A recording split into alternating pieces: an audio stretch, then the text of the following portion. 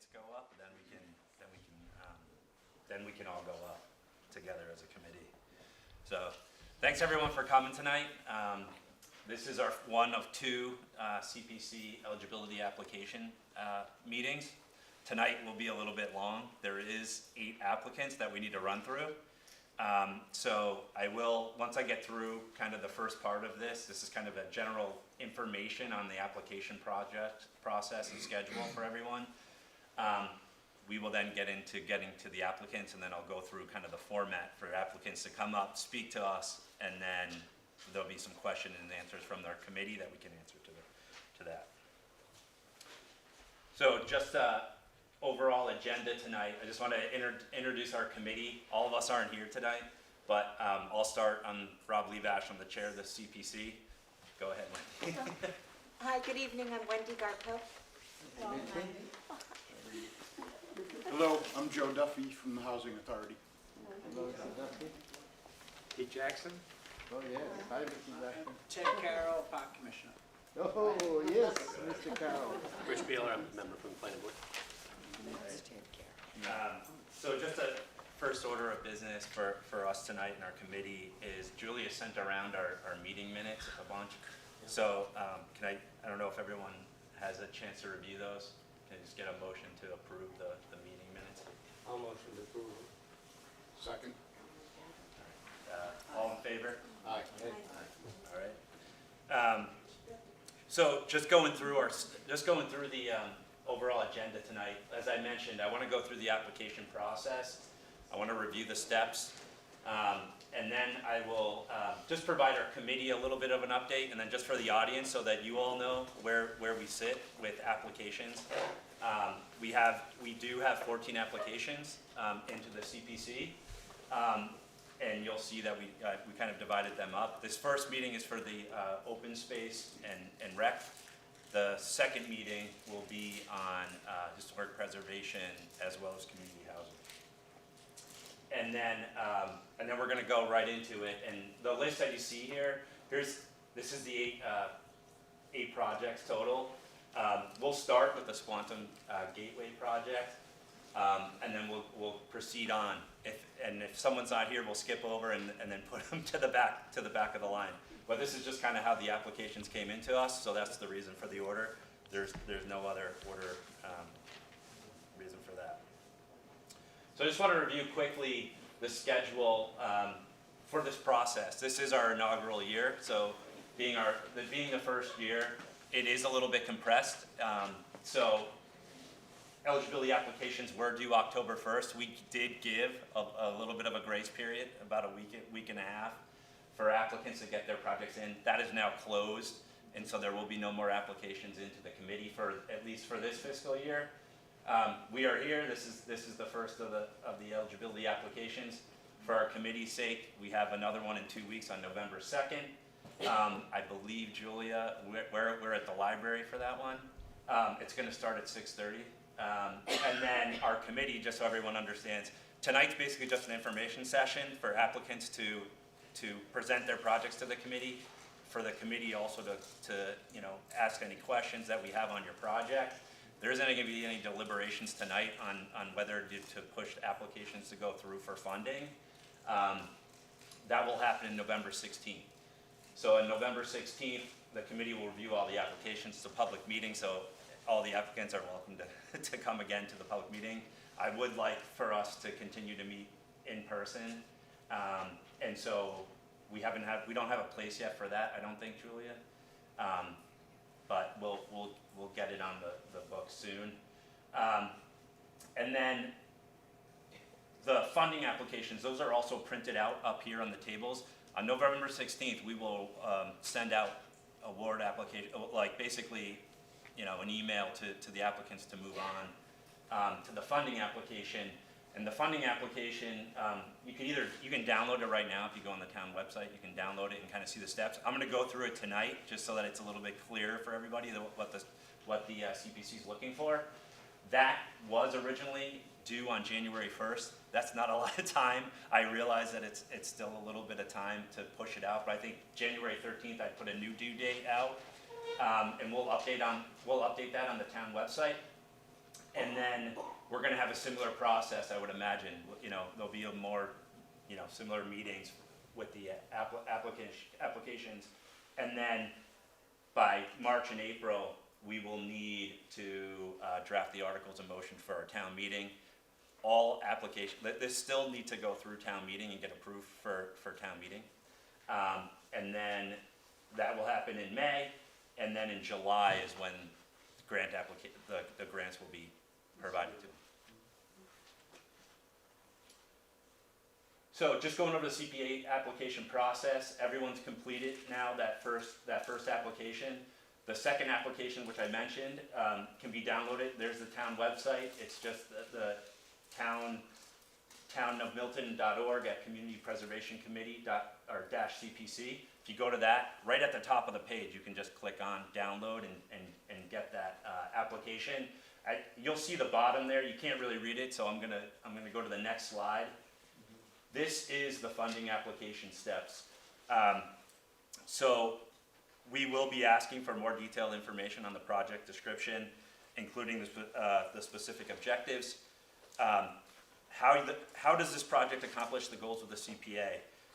It's going to be really important to see, what our guidelines are and goals of these projects will be. So I will go over that too in the next slide. That's page 16 from our CPC plan. If anyone who doesn't have the CPC plan, that can also be downloaded from the website. But we also have a printed copy up here that anyone's welcome to take with them tonight as well. We're going to be looking for timelines, so project schedule. So once we get into the thick of things, we want to know, how long your project's going to take, as well, critical milestones and when you anticipate the completion of your project. It will be really important for budgetary reasons. I know a lot of people put in their preliminary budgets. We're going to want to see actual, contractor numbers or professional estimates for your projects. Any additional funding sources, please include those if they're available, committed or under consideration, and then just a basis for your budget and sources used in your estimation. And I think the last one is really important, and I know the time is really short. There's a number of us on town boards and committees in town.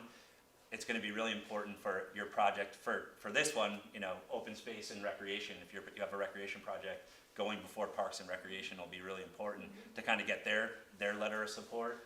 And then, of course, any Milton residents or outreach in the community, the more letters of support that you can provide with the second application will be really important. So this is from page 16 of the CPC plan.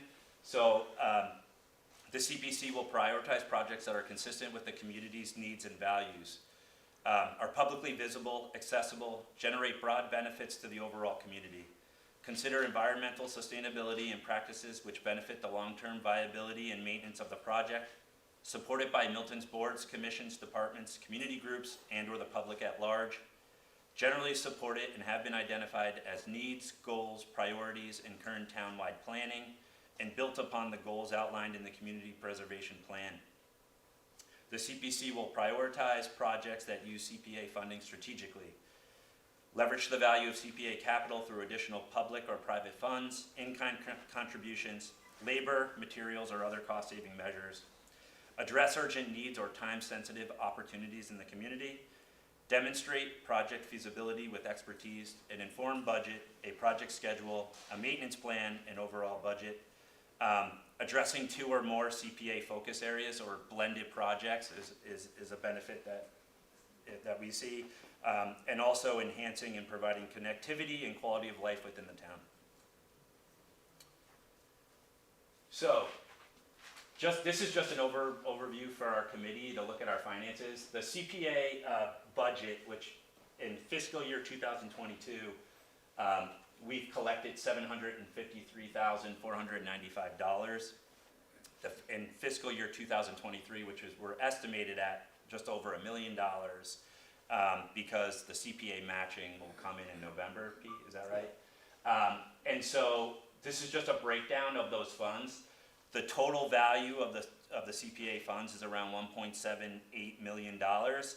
5% of that goes to the admin funds, so there's 51,400 set aside for that. The 3 buckets, which is community housing, historic preservation, open space, and rec, all at 10% is around $178,000. And then the budgeted reserves, which is the rest of the 65%, is just around $1.2 million. So the total available funding, if the committee elects to use all of our funding, would be $1.73 million. And what I did was just equally distributed that across the 3 categories, just so everyone has an idea of what that looks like. It's around $575,000 per category, if we choose to do that. That's up to our committee. And so I think there'll be more of a discussion, I think, on November 16th that we go through this. But the one thing I liked was that we do have a number of applicants.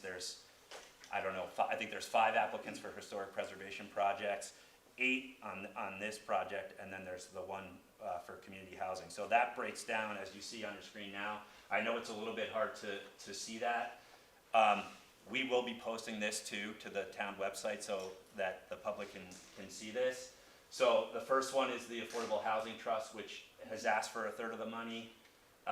The 5 projects for the historic preservation is the Forbes House, the town lockup, the town lockup at the town landing, the Milton Library Digital Preservation Project, the Milton Fire Headquarters, and there's the Spalding Garden Masonry Stabilization Project for that. And then, of course, the 8 projects that are hopefully here tonight is the Turner's Pond Path Improvement, the Milton's Farmers Market, Pepperly Playground, Pope's Pond Pedestrian Bridge, Squantum Gateway, Milton America Baseball, the dedicated pickleball courts, and the LED stadium lighting upgrade. And I think what's important to understand here is that the total CPA money requested is around $3.5 million. So I just wanted to put that out there that we are looking at about a budget about 1.7. So obviously our committee's going to have to make some hard choices with funding. I do want to also mention just to our committee that we do have the option to bond for projects.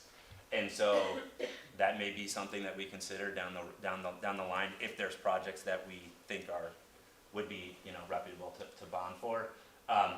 I only put down on this tracker 2 potentially that I saw or that had asked for bonding money, and that was the Forbes House and the Milton Fire Headquarters. But I think that's for a discussion later on and for November 16th.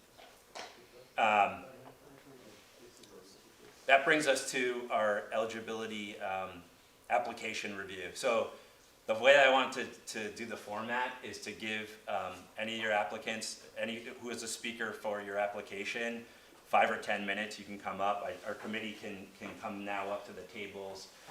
If you have a presentation, we can plug it into my computer and you can show it. This is as informal as you want it to be or as formal as you want it to be. And so you'll get 10 minutes max. I am going to be a stickler tonight with the time, and I'll put you on the clock for 10 minutes. And then if 10 minutes goes by, I'll let you know. And then our committee will have 5 or 10, we'll have 10 minutes to answer, and then we'll go on to the next. So, John David, if you want to go first, I have you up there on number 1. I guess I was the first. Yeah. Do we have? You're going to go over the Turner's Pond. Were you going to do Turner's Pond? Me? No, Kevin. Oh, Kevin. Okay, so you're here to do Turner's Pond. I just want to go quickly through. So Turner's Pond is here. I know Scott is going to come for the Milton's Farmer Market and the Pepperly Playground. I think we're going to move those to 5 and 6, actually. So is the Pope's Pond Pedestrian Bridge. John, you'll be here for that. Milton America Baseball, I saw you here. I think a bunch of you are here for pickleball courts and field lighting. I see you, Sean. Okay, so it's all yours. So the presentation will come up on here. I sent it to Josh Lee. I don't know Yeah. if you can put that up. And then can this group see that behind you? I'm looking at you.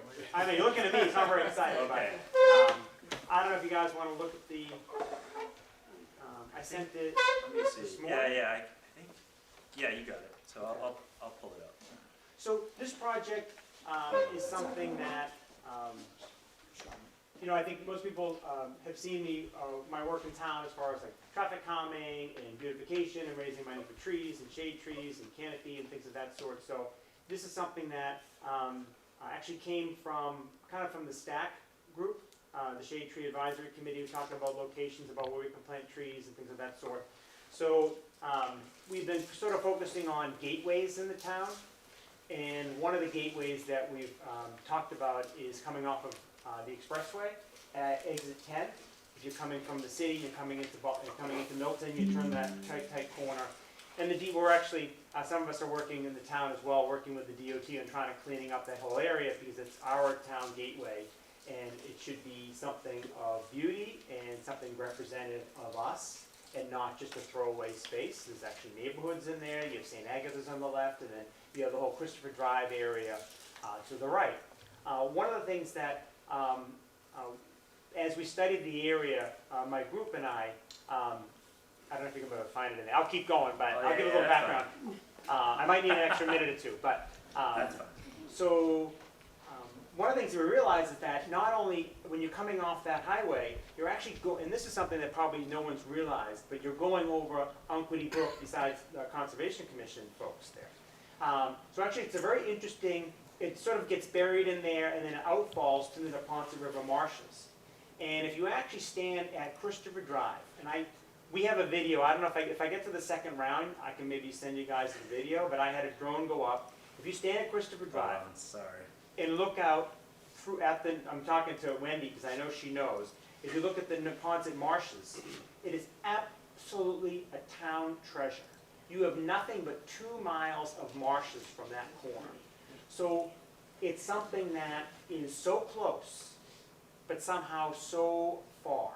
And we all drive through that area. And so we started to think about a gateway. How can we sort of create a place to appreciate what we have in the town? There are so many few places where we can actually see the water. Sometimes we say we're a waterfront community, but we just, we have this little spot at the wharf.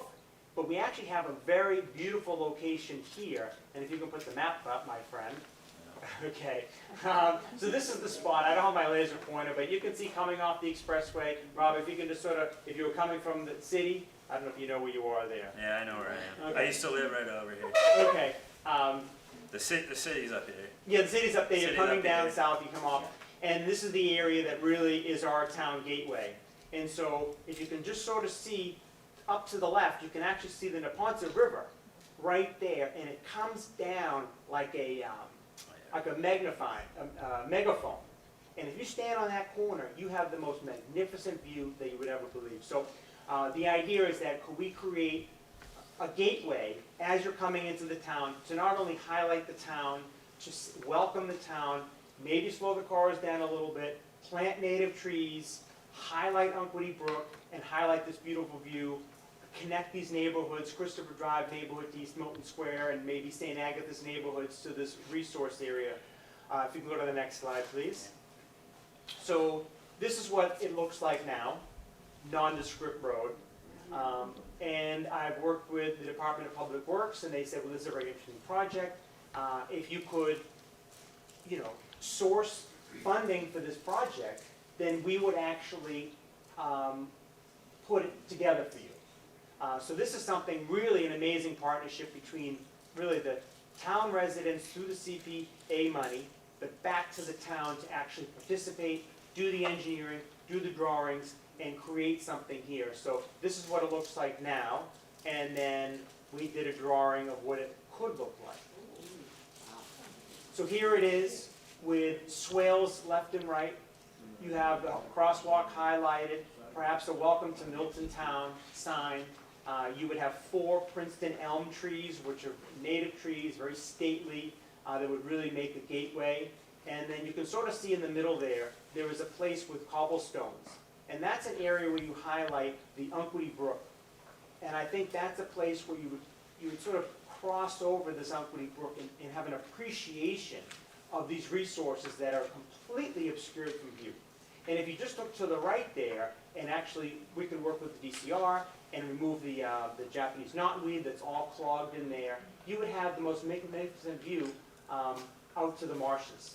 So I think this project hits on many things as far as leveraging with town resources. We have this Milton 360 tree fund that we could use for the trees. But as far as some of the, creating the swales and creating the signage and cleaning up the area and maybe reworking some of the curbs and paving this section as well, it can really highlight a tremendous gateway to the town. And again, it highlights on many things, environmental sustainability, connecting neighborhoods, could be used as a recharge area because the swales could be used to collect water. Let's see, and I also submitted a professional estimate, and that was done by the town itself. The town has an engineer, and I think the number was, I think it was a conservative number for the town, meaning it was fully loaded. It was not, they didn't take shortcuts and say, okay, we want to get the money, we're going to do a low number. It was like a full, I think that number is a pretty realistic number, even with inflation adjusters and everything. So, no, I don't know if there's any more questions, or I don't know how you're going to work this. I don't know if I have any more time, but I think that's enough to get the idea. Yeah, if you're done. Yep, I think I'm done. We'll entertain questions for our committee, so if anybody has questions for John, David, then raise your hand and go ahead and ask. Go ahead, Pete. Just one point, you've identified that it's recreational open space. The open space funding can only be spent to purchase open space or to improvements of open space that have been bought with CPA funds. And so that's clearly doesn't apply to this. What I'd like you to do is to help identify for us what the recreational benefits of the project are. Okay. Well, I can mention it now, and I can certainly, I don't know if there's a second round or how this works, but certainly the connection here from the neighborhoods to the Neponset River marshes, and then I don't know if people realize, but Christopher Drive is a very unique place because one side of the street is private houses, but the entire section on the, I'm going to get it messed up, but on the left side, if you're coming down Christopher Drive from Squantum, it's all owned by the town, the whole thing. So you have a tremendous opportunity to get people to the river in a way that we've never thought about before. And I think it's an amazing connection. And so many people drive and come through this area that I think that it would change, the perspective of the town quite a bit. So I don't know if that answers your question, but as far as recreation, there's certainly many recreation opportunities and just an awareness of the river and the marshes and all the DCR land all through there. My only concern or question is taking into consideration the new fire station, where they're gonna be neighbors. True. You know, I've run this by the Director of Public Works, Chase Berkeley. They created the estimate for us. There's some police officers that live in that area that we've talked to. They love the project. They'd be concerned about the radii and the, but we drew the plan at the current shoulder line. So you would probably have a little bit less space there, so that you have a shoulder line. But yes, I mean it would certainly be engineered for any kind of apparatus and things of that sort. In general, this is a straight shot. right, So it's not too much turning in here, okay, but thank you. thanks. You've spoken to neighbors? Actually, ironically, Chase Berkeley has spoken to some neighbors, and so far it's been, people are kind of surprised and kind of excited. They've probably never seen something like this, and it's interesting because Mr. Berkeley was saying to me that in all the years he's been working at the town, he never gets requests in that area. And then it's sort of interesting for him, the town, to be reaching out to those areas that may be underserved. Those houses, certainly in that whole neighborhood there, and then St. Agatha is back in there towards the highway. And so far it's been positively Is this town land? Is what you're taking over? Is there the authority on the where? road? Where you Yes, got the thank you. At Christopher Drive, it turns from DOT control to town control. So at that crosswalk is town control going towards Adams. Is that what you have the question? Yeah, so and any of your project, is it just on Milton? Correct. Milton? There's no DOT at all. Is that right? Yeah. Okay. Well, yeah, I'm asking, is it? Yeah, no. I'm asking you If that's the question, Yeah. the DOT would only mean, I mean. the DOT's still involved. That's correct, but it's not DOT jurisdiction. Okay. Just from here towards the highway is DOT jurisdiction. So, I think what I love your project. I really like the project. I think where we're gonna have some trouble with CPA funding is there's a lot of planning here. There's a lot of people that get involved with the project, and what can we possibly fund Mhm. for this project? I think there's probably pieces of it that you could fund, but there's gonna be a lot of planning and. We'll take the big pieces and then we'll fill in the gaps. Yeah. If you guys take the big pieces, I'll fill in the gaps, I promise. We'll get it done. Do we have any other, Yeah, it's not really a question, I just wanted to reinforce what Pete said. I think the recreation pieces have to be, I think that's beefed yeah, up, you gotta and be- I think that's what we can fund. Okay. That's what You we know, can yeah, and I also, I wonder whether DOT, even though they don't own past the yeah, crosswalk, they still have. would have, I mean, this is obviously a traffic calming project, as well, you mentioned that, and much needed, as a town resident that drives through there, but I wonder if they would have concerns about slowing the traffic too much coming off an exit. I know there's a curve in that exit and traffic is supposed to slow down, but I wonder if they would object, even though, you know, it's beyond. I know you have met with, Did you I know you've met with a number of, Can you go to one more slide too? Yeah, sure. I forgot to show it. Just so you guys know that the next slide is the plan. oh, yeah, Tough to see, but we're not narrowing the road at all. okay. It's just sort of a gate Well, effect. Okay. you're not narrowing the road, but No. you're narrowing the shoulders. Fair enough. But Right, not the travel lanes. right. But the visual, right? Visual. Visuals is That's right, As to you create know, the it's swales traffic and to calming. create Right, those yeah, landscape right, buffers and right. stuff, yep. So, I think as Pete and Tom already mentioned, like recreation's gonna be huge for this committee to like, you know, what's your connections? I think you said it, there was a connection to the river, and so talking about that would help, at least this committee. I think, you know, I think you've got a lot of energy behind your project in this town, and so I'd love to see it happen. I don't know if the funding will come completely from this committee, but I think it you know, I know Chase and everybody's looking at it, and if you're working with Chase, you know.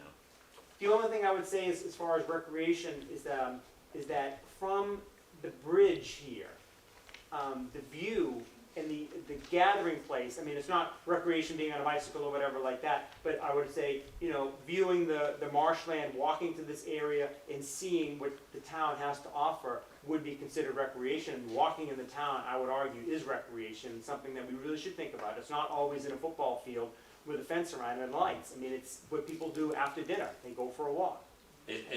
Is there sidewalks now in these two places? There is. Okay. on Christopher. Yeah, On go. Christopher, there is as well. I believe on the house side, but not on the river side. But that's outside the scope of this project, unless you want to keep going. Well, I mean, and obviously there's a lot of things to think about, and we probably have to move on. Yeah. So, but thinking it as a multi-stage project and making a walking trail down the town Absolutely. side, Absolutely.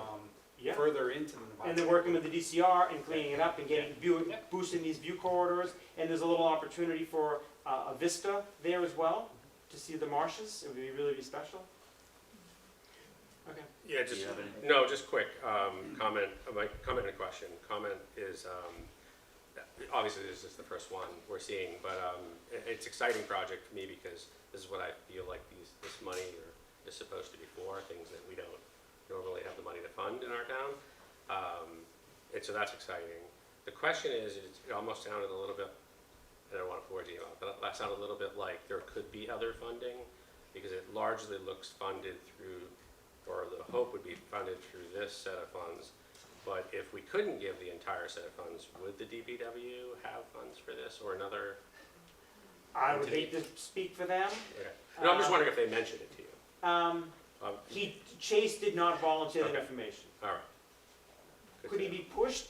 Could we find $25,000? Well, Maybe, there's but- also grant money for Okay. road improvements and Yeah. stuff. All right. I'm just saying curious, what's yeah. out there, right? Yeah. I'm saying what's out there. Sure. That was a loaded there's other question, stuff- of there's course. other- That's okay, I guess to answer your question, if there was some funding from the CPA here, it would definitely give it a lot of chutzpah. Okay. And I think could push the project along, Okay. Great. okay? Yeah. I'll leave All it right. at that, there's other Thank people. you. Okay, thank you. Thank you very much. Thank you.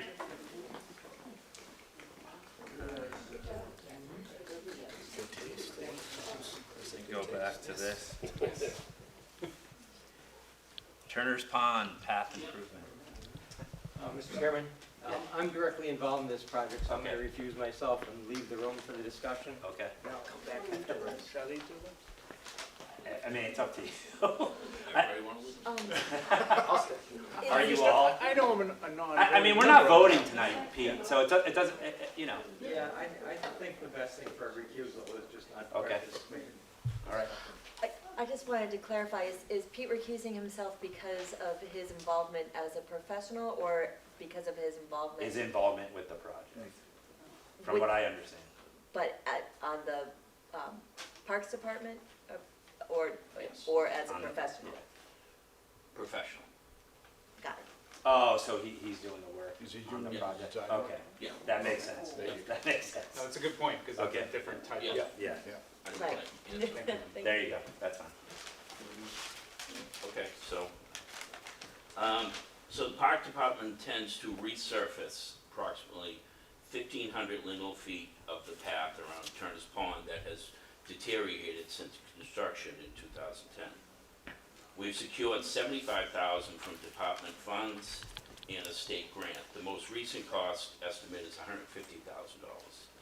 We've completed state, local environmental permitting, and pending securing additional funds needed, we hope to complete the construction in 2023. And not only just redoing the path all the way around, we're gonna add benches all the way around there. There's 5 there now that are probably over the dirt, and then we're gonna propose to put 2 picnic benches in on the Central Ave side. As you pull in Central Ave, there's a big grass area. So, you know, if people wanna have a picnic or whatever down there, that it will be accessible for them. And, I think that's it. Any questions? Any questions for So the? it's on all, the entire. The whole entire path around, yeah, it's someplace. Is the, what's the path made out of now? So it's an aggregate, but we're gonna put an aggregate, with, called psyllium binder, that's gonna be much more durable and stronger than the original, product that was put in, but it's an aggregate, it's like a road-based, like, fine, you know, underlayment.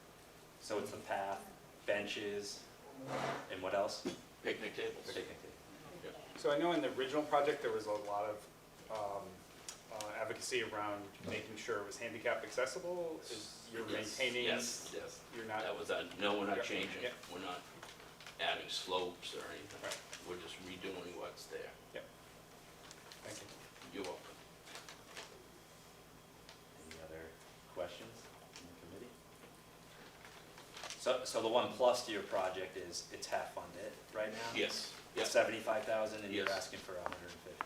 yes. Is that- 75. Was that estimate up to date?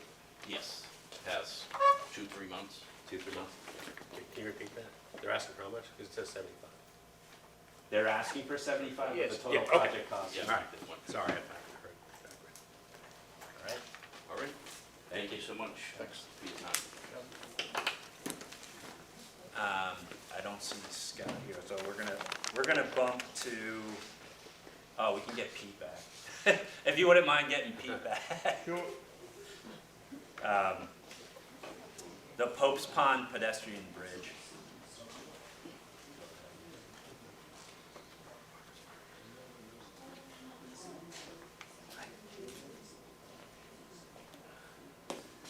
Good evening. I'll solve for Pete. Is that okay? Yeah.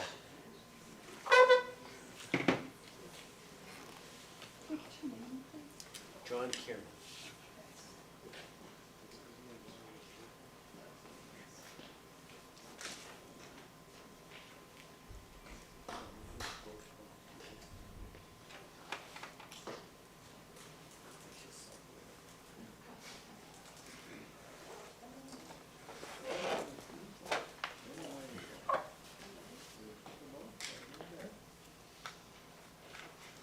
You're back. You can come back. Get off so easy.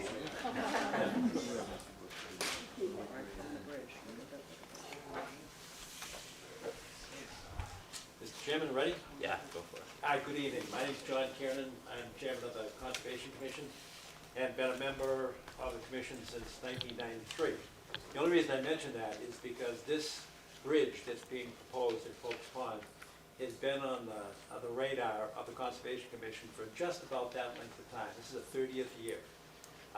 Some 20-plus years ago, a pedestrian bridge was built with the by the town, but with the assistance of Northeastern University Engineering Department. That's at what I'll call the north end, closest to Mattapan. That end of Pope's Pond, it goes over the top of Pine Tree Brook, where it exits as it winds its way through town and ends up in the pond. The proposal now is to put in a second pedestrian bridge at the south end on the Canton Avenue side, which is essentially across the street from the Ulen Rink. The reason it's so important is that, number one, Pope's Pond is probably the most beautiful resource in the town. And it's unknown. The neighbors know it, and the neighbors are very much in support of this. Folks like William Brockoff, who was the leader of the charge for many years, Joe Sloan, Joe Madugno, the Neighborhood Association. They've been pushing this for quite a while. So the problem with it right now is that the pathway that goes around dead ends. So you actually can't circumnavigate Pope's Pond. If you start on the Summer Street side and you go over the first bridge, you go along the side that abuts to the houses along Blue Hills Parkway, you end up at a dead end. Now, in truth, the Conservation Commission actually tried to buy a piece of land to provide access to get out to Canton Avenue, but it didn't work. The bank wouldn't deal with us. The home was in foreclosure for a long time.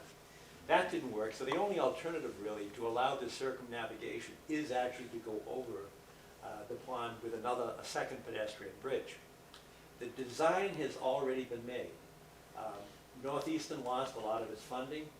They weren't in the position that they were 20 years ago today. But in 2019 and 2020, they came up with a design for the bridge. It's called a rail car bridge. It's fabricated off-site, and it's essentially suspended on helical piles. The reason that's important is that they're like sonotubes. They go down into the ground with very, very minimal disturbance of the resource area. So there's no soil erosion, there's no embankment problem, either for Pine Tree Brook or Pope's Pond.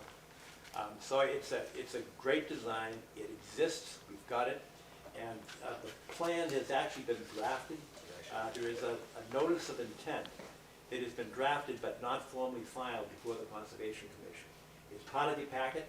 I invite you to read it. It describes in pretty succinct and concise terms what the plan is about and why it's a good idea, and the protection that's included in the plan for the resource area. In 2020, at the June town meeting, the town actually asked for $100,000. It's in Article 4, and I made that part of the package as well, and you can see there's a $100,000 line item. Discussions with a lot of people, but primarily with Chase Berkeley, indicates that the $100,000 will pay for the materials and the fabrication of the bridge. It will not pay for the labor and the installation. And the guesstimate, and it is, I don't have a line item budget for you. Hopefully, if you agree with your approval, we'll submit a line-by-line item. But the estimate at this time will be approximately $125,000, in addition to that which the town has already appropriated at the town meeting in 2020. And so that our application to you is to seek the funding for an additional $125,000. That cost would also include, the last component of the plan is to survey the area. And we do have to pay for a survey to make that part of the engineering plan that's been attended already to the notice of intent. Great idea. It's driven by recreation. It will allow hikers to circumnavigate a very beautiful area of the town. A lot of people love to walk there. As I said, after dinner, going out for a walk. It's an enthusiastic place for hikers and walkers and children and families. great idea, it fulfills your obligation to preserve recreation and open space. So I'd ask that you give serious consideration and allow the project. Thank you. Questions? Any questions from the committee? You I looked at the materials, can you, for our benefit, describe where, so coming from Peverly Park, I'm very familiar, I walked all of this, but entering the path from Peverly Park, where is the bridge that is proposed? Where would it be? How far into the trail? How close to Peverly Park? You said it was what is it? I'm pretty close now too to this, to where we're going from, and so I know what you're talking about. From Peverly Park, you go to the existing bridge. You go, if I went right on that path, went down, I get to the dead end. So this bridge is? At the dead end. It's at the dead end? Right, so it's beyond the pond itself, and the bridge would go over the Pine Tree Brook. Oh, okay, so you're on the. It's not going over the it's- pond itself. How it's going close to over Canton the- Ave? What are you talking? I don't have the measurement for Probably you. 100 or If you 150 can feet. actually, you can see it on Yeah. the plan. The plan is part of the Yeah. notice of intent. I'm not very good at it, but you can guess. I don't want to guess, but it's there. I can look for it. It's don't probably have 100 to- or 150 it's- feet It's from Canton Avenue. approximately, yes. It's in the park? So again, I'm trying to visualize this. So the bridge would, if the bridge is there, once it's built, Yes. if you're walking over the bridge, you would come into Peverly Park? If you were coming from the Parkway side, heading Yes. towards Sumner Street, yes. But you would come So- into the established park area as opposed to what I call the trail area, which is in the woods, basically. It would tie directly into the trail, but you are correct. If you could blow that up, I think we Yeah, I can don't know. probably locate it.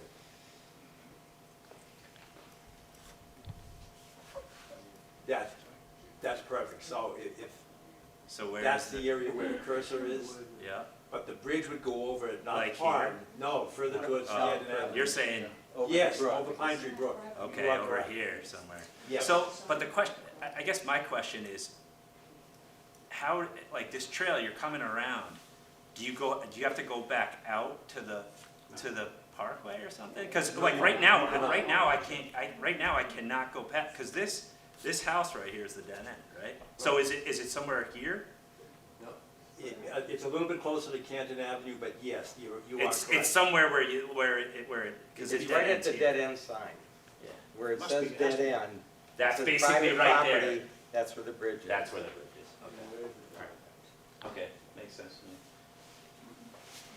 So I guess where I'm going with this question is, have you considered the impact, and I'm not saying this is a negative impact at all, but to people going into Beverly Park, you know. Maybe I make it big to do about nothing here, but it, basically, the walkers will not be, they will be in Beverly Park. I don't know what the delineation of Peverly Park is. I know where the stone is, I know Well, where it's the the field field, is. the field. But it's the entire field. But Right. it would abut the field.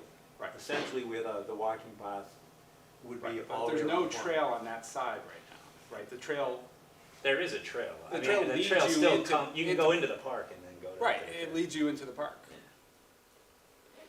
I'm partly asking a question because we have a proposal for Beverly Park Yeah. in front of us too, and I just want to, I don't think they're It's not incompatible. really gonna. But I don't think they're incompatible I at all, don't, I agree. but I think we should think about it. If we're thinking about funding two projects in the same area, we should think about how they're coordinated, Or how they planned. interact with each other, whether both applicants support this, and whether that's the best place for the bridge. So, I agree with you 100%, Okay. 1000%. okay, that's all. They should be coordinated. Yep. Yeah. Yep. I agree. Okay. Right. Is there any more questions from the committee?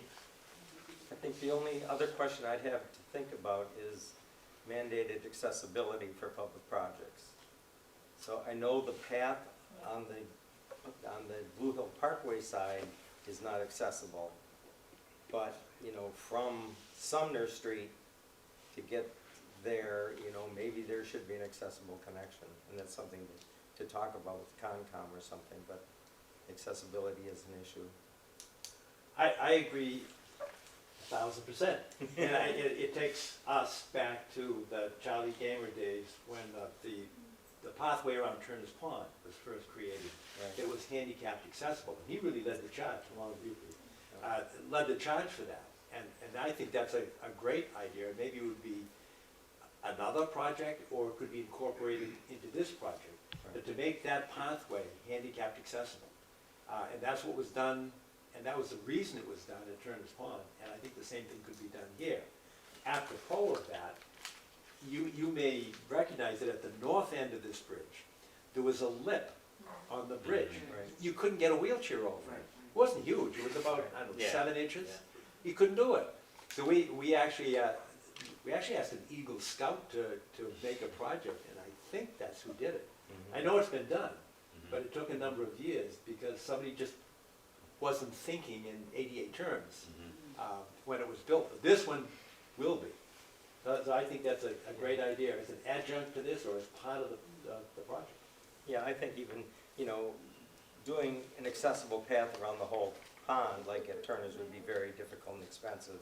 But even to get to the bridge, you know, so At that least the bridge accessibility, could that be people accessible. could get up on the bridge and look at the brook or whatever, not necessarily at this point circumnavigate the pond, but I think, you know, since we're spending public money and the projects are supposed to be accessible, maybe we should look at creating a path from the street to the bridge, so this new improvement is accessible. But, you know, we can talk about that as the project progresses.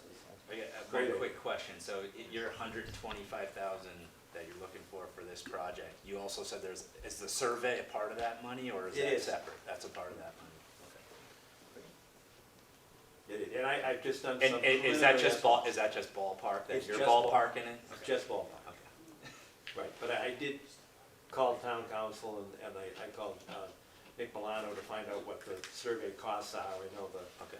the schools are doing some right now, so I have some sense of what the cost is, and I believe it could be included in that 125. Construction's up 35 to 40% right now from the last 2 years, just so everyone's aware.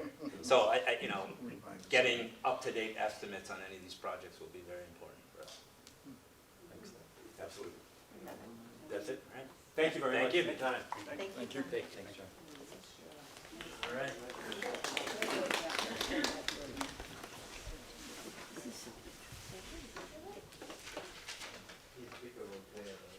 Baseball, you're up.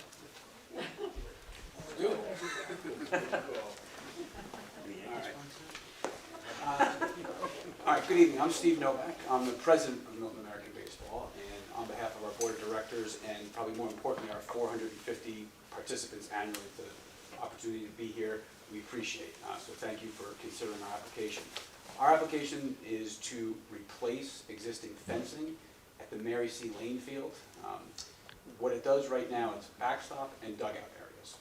The current fencing is going to be a safety hazard. It's starting to curl. It's a little bit smaller. If you think about backstop of a baseball field, one of the things that does not happen is it does not catch foul balls in an adequate way.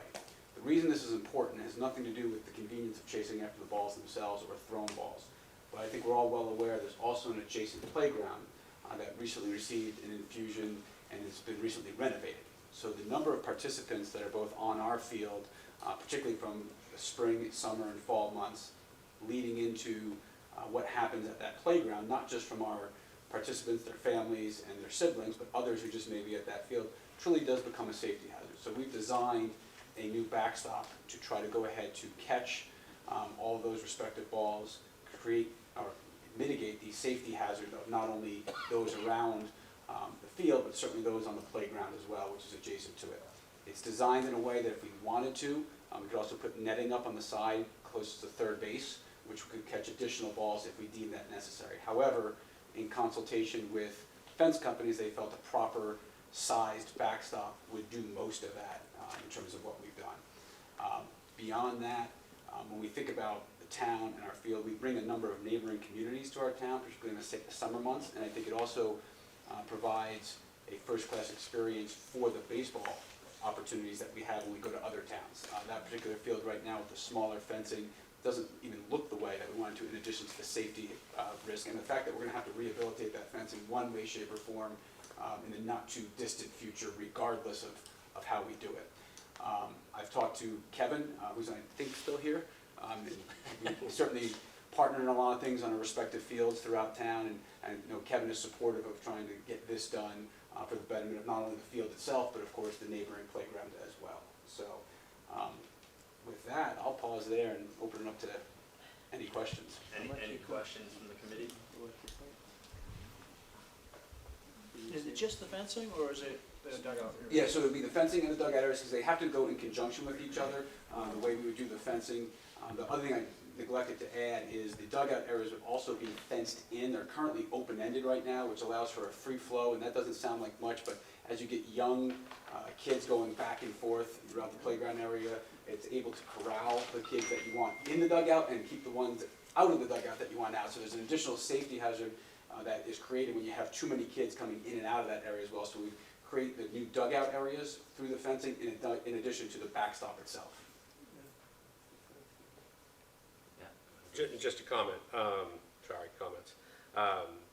Yeah, no, I think, I particularly like this project. I mean, I think the town, the Parks Department, and the presidents of our leagues do a great job, but obviously, similar comment that I made last time, they always have limited funding, and I've been a part of Little League Baseball for a number of years now, and when you travel, you know, some of the towns we go to have pretty amazing fields and amazing facilities, and it would be nice to see us. Is the town on this field, or is it the? No, This is This is a a town-owned field, yes. Yeah, and Mary C. Lane seems to particularly be in shape, need of some help these days. So have you So asked the town? that's the one by the Milton Academy, is that? Yes, that's correct. So over the last few years, have you asked the town to fund this project, or what's the No, history? we haven't actually asked, and, you know, candidly, we've tried to fund a lot of projects ourselves, including, we've done windscreening throughout town, we've put a lot of investment, candidly, in non-town property in the last 2 years over Cunningham Park, in terms of what we've done. We want to improve all the fields that we play on. As I mentioned, we have over 450 participants throughout our league, and we have really 4 different fields that we'll utilize. So we haven't gone to the town specifically on that. However, the partnership, the town has invested significant dollars in improving the playing surface itself, which has really been important to us. The infield, particularly at Mary C. Lane, drains quite well. We use it. A lot of our older participants, I think, shy away, and I think those of you who've participated in our league understand that, because I think the surrounding area, including the backstop itself, doesn't give, I hate to say this, but the feel that they want, but this playing surface itself is quite good based on the investment that the town has made in recent years. Thank you. You Yankees or a Red Sox fan? Can I be a Mets fan in this room? Even worse. You have a lot of time on your hands. Yeah, exactly. You're sitting next to Yankees fans. Yeah.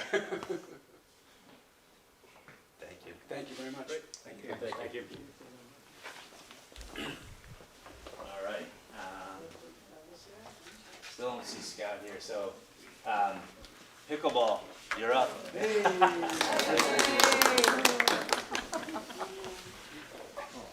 So as you can see, we have a lot of energy behind our project. If you're here for pickleball, raise your hand.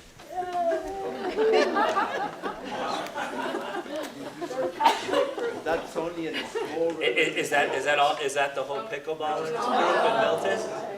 You will see 100 more people. All right, the floor is yours. So I want to thank you for having us here tonight. We're really excited to be here and about our project. To date, we have the Park and Rec has provided us with nets and painted lines and equipment box at Kelly Field. So we currently play outside of Kelly on 5 courts, which would accommodate 20 people at one time. A year ago, we had about 10 people, and we now have excess of 30, maybe 40 playing, thanks to Victor Alvarez, who is our pro bono teacher for beginners and intermediates. So all of us have friends who say they want to start playing too. So as you know, it's the fastest growing sport in the United States. If you don't know that, it's a fact. And we also want to try to encourage multi-generational either interactions or access to pickleball.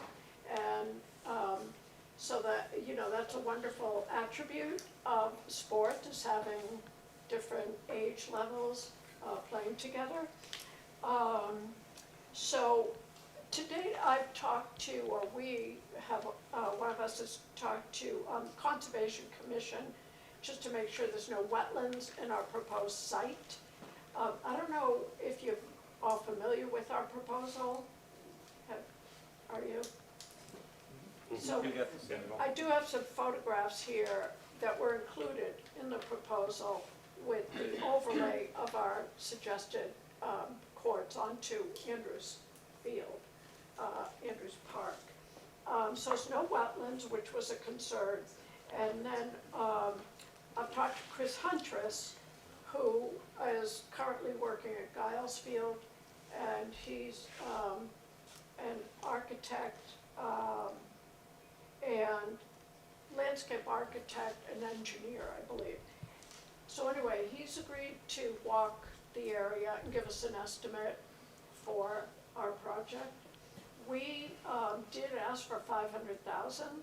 That's based on what other towns have done, and it's a close estimate as to what we could arrive at to compare what we want to what they have done. And that's on a website that's in the proposal that you can look at what all the other towns in Massachusetts have done, and with CPA funding.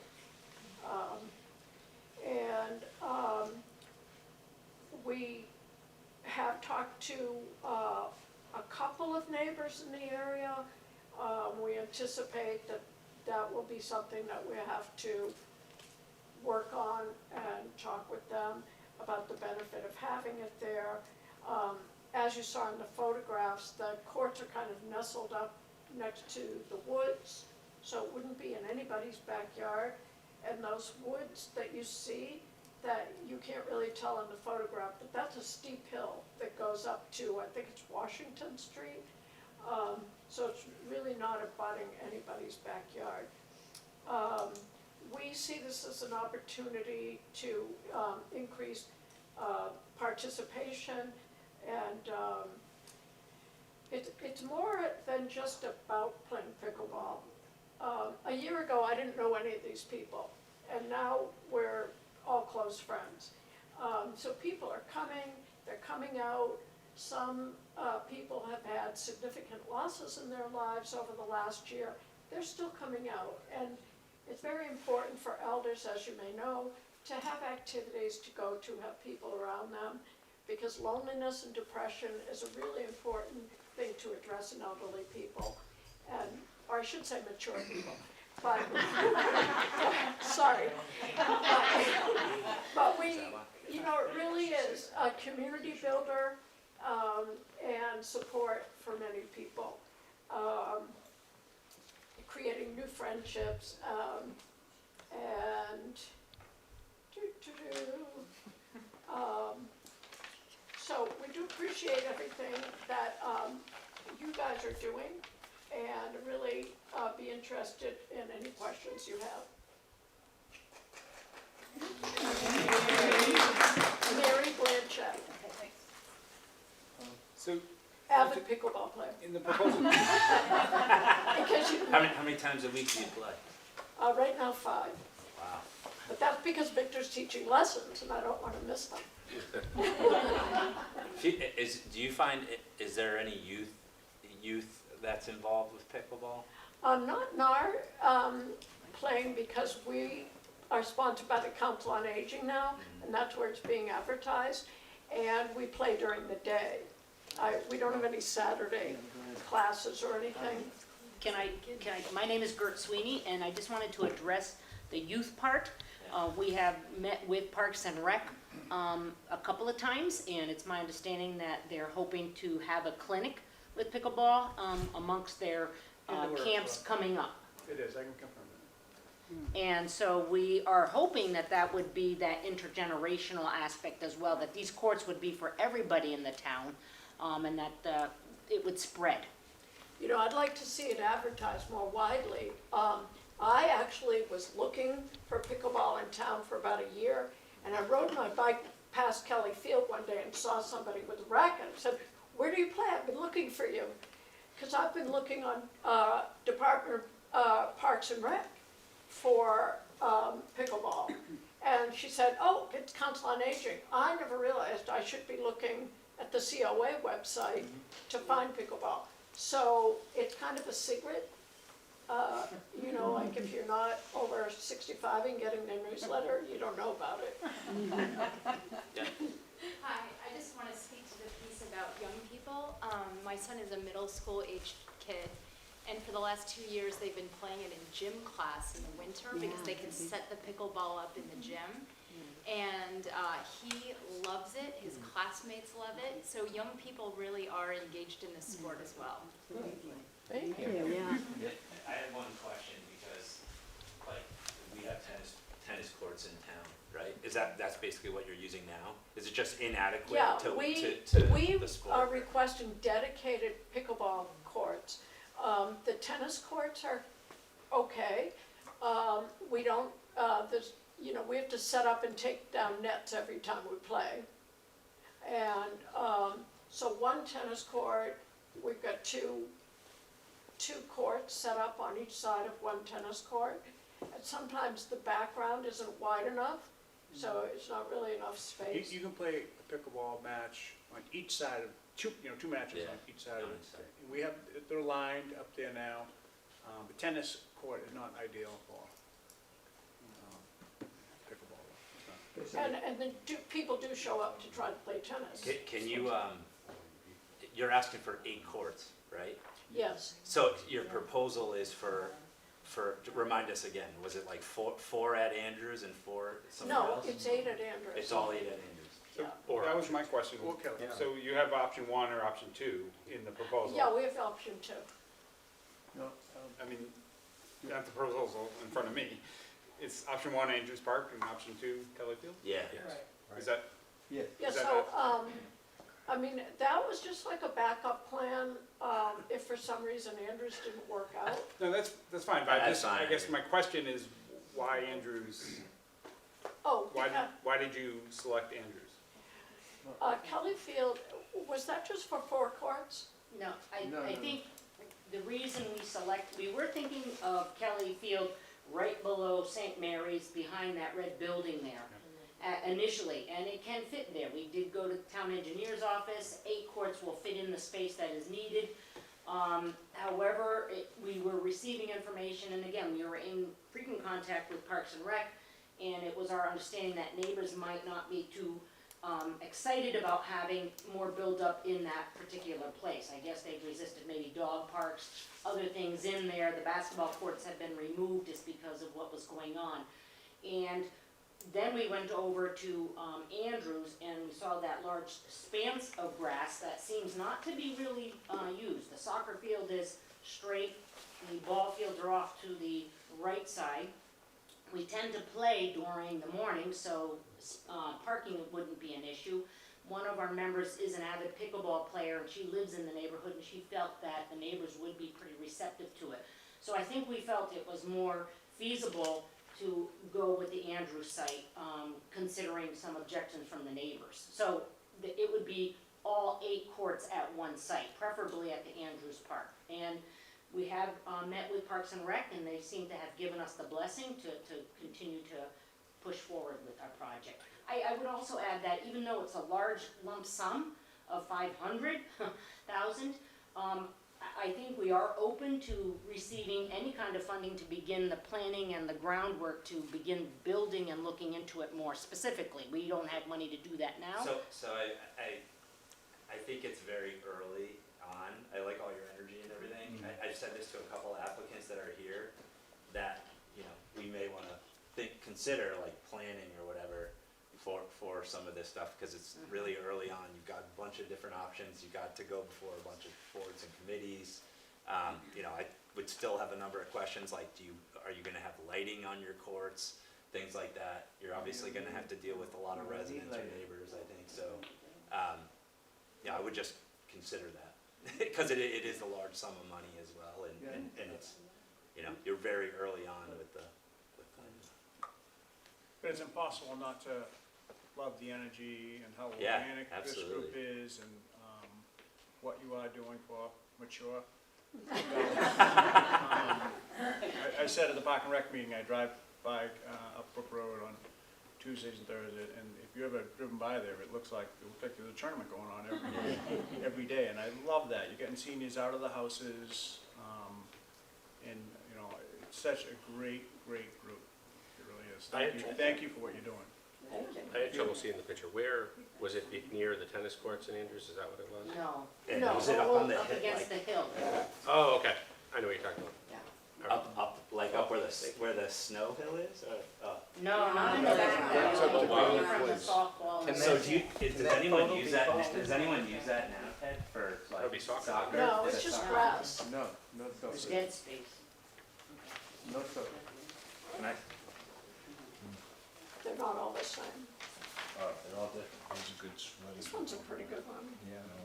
The thing that I would recommend is definitely, as Rob mentioned, is talking to neighbors, because, so I live in this neighborhood, and there's a lot of, seemingly doesn't look like it, but there's a lot of baseball field, a lot of soccer field, a lot of tennis courts, and there's a lot of kids that play in those areas, and they get squeezed into areas because they can't play in the baseball field, you can't play here, you can't play, so they find spots, and you see a lot of dog walking over there, you see a lot of kids playing over there. Again, we use it while the kids are in school. Yeah, no, and, well, But it's- but it's permanent. but once it's put in, It's you'd be playing you're on not cement. gonna- That's true, Yeah, yeah. but yeah, same comments as you said, it's really interesting. Did the Parks Department have any ideas, like absent this project, hey, we need to add like a lane or something somewhere? or- I'm Kevin, just how many curious. courts do we have painted now, pickleball? We have five. I'm just curious too, like, you know, Five are our- fairly, So we started with, I think, painting one court, and then Oh, yeah, the demand was two, then three, four. So the real five. issue is you gotta take next step. I'm curious because space is so limited in town. I mean, I have youths that are in town, and we're going to Canton to go play soccer now. Right. And so, would you even, like, why the number 8? Could you do with 4 courts? Could you guys start off with like 4 courts somewhere Well, and then we do know 4 that, courts elsewhere? you know, the number of participants is growing so rapidly, and if we build courts, more people will come. So right now, we Could you do do 4? 5. Could you do 4 courts somewhere and then 4 courts elsewhere? Oh, elsewhere. You know, Yes, we could consider that.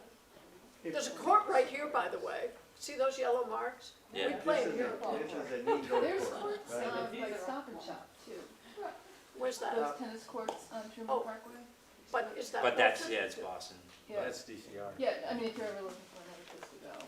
Oh, okay. Well, I'm just wondering too, for town, like if you're gonna grow your sport, is it better to divide them up too? Well, that's a And good get more option. accessibility You know, to more people in town. parking, different places.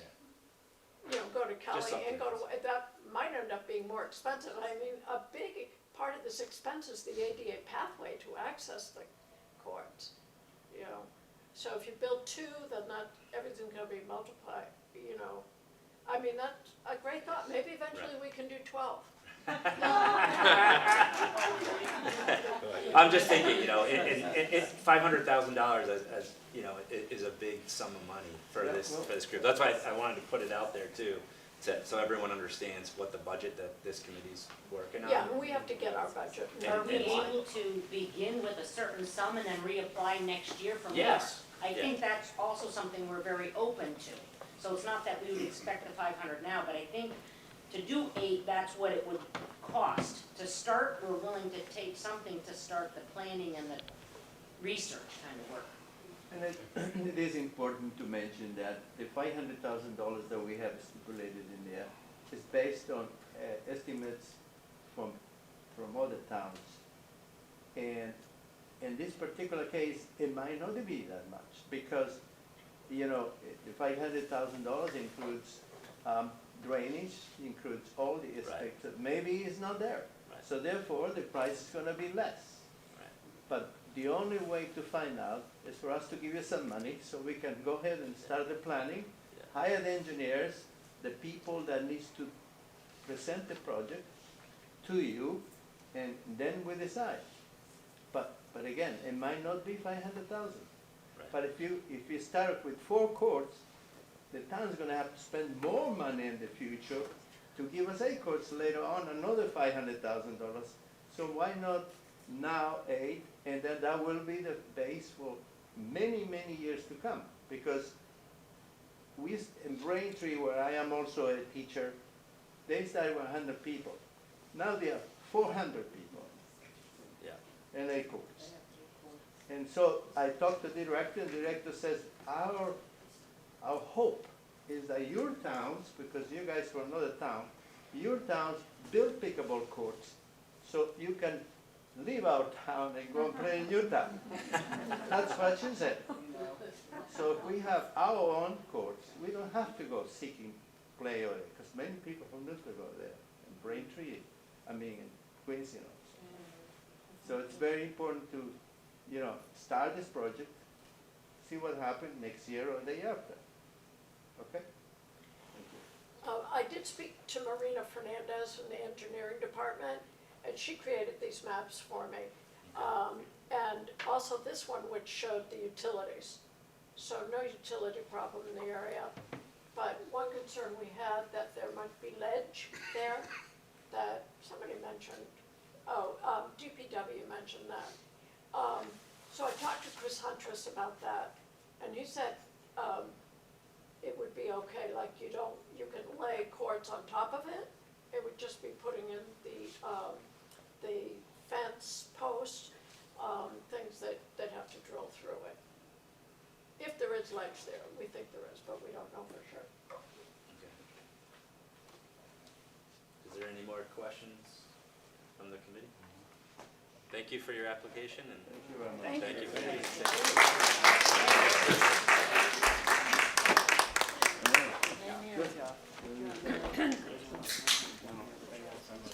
Scott, I see you're here. You want to, you're up.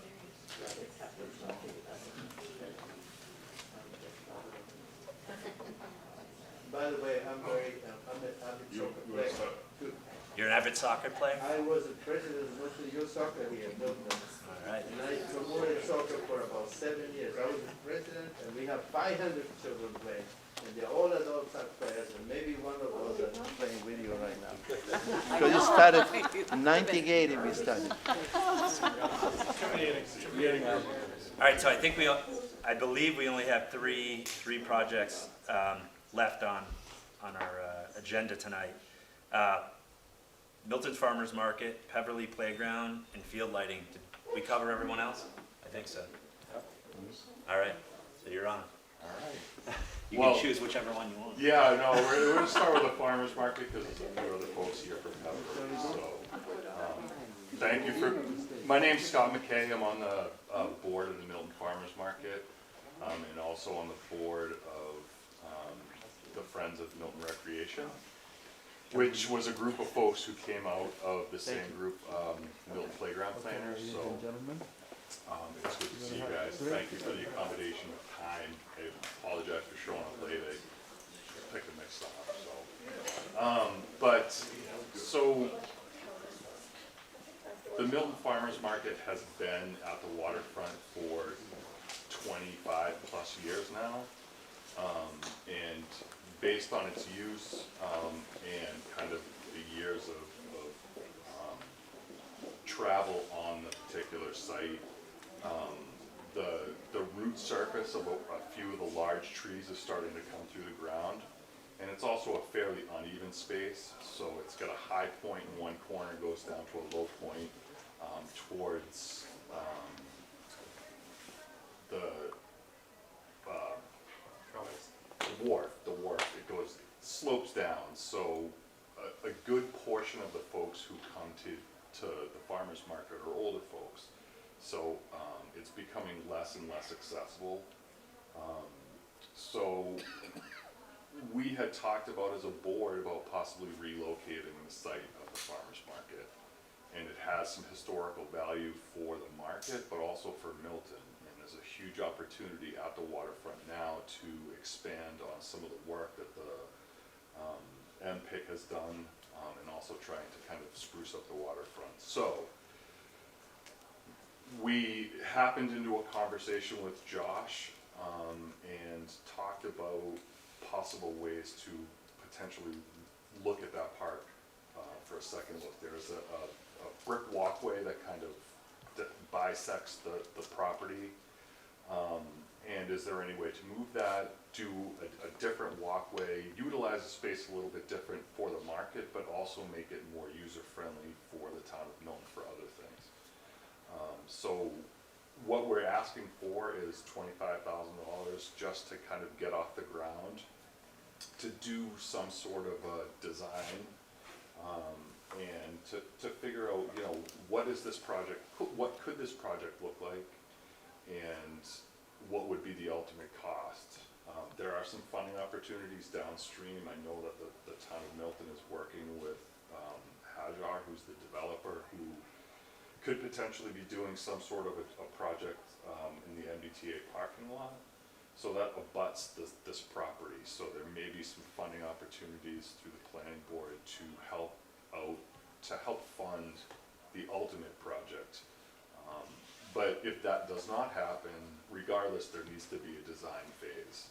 If this is gonna happen from private resources, in fundraising within the town, or if the town's gonna chip in to actually make this project happen, we've gotta first get the design. So that's what we're coming to you guys for.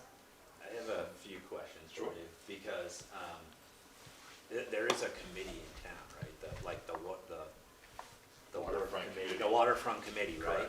Correct. Are you guys all, like, are you connected to them? Are you talking? Because, yeah, I'm just curious. We have not been, specifically, but yeah, I've kept tabs on kind of what's going on down there, and, you know, my guess is that So, tomorrow you'll. I don't know, like, maybe you can, I just know that there's like these separate buckets that, like, you know, I don't even know what's going on with the land. And we also have another application in 2 weeks for the historic preservation of the town lockup. Correct. So, I mean, it's a hot property, we know that, but it would be nice to see, at least in my mind, everyone working on a similar plan for this area.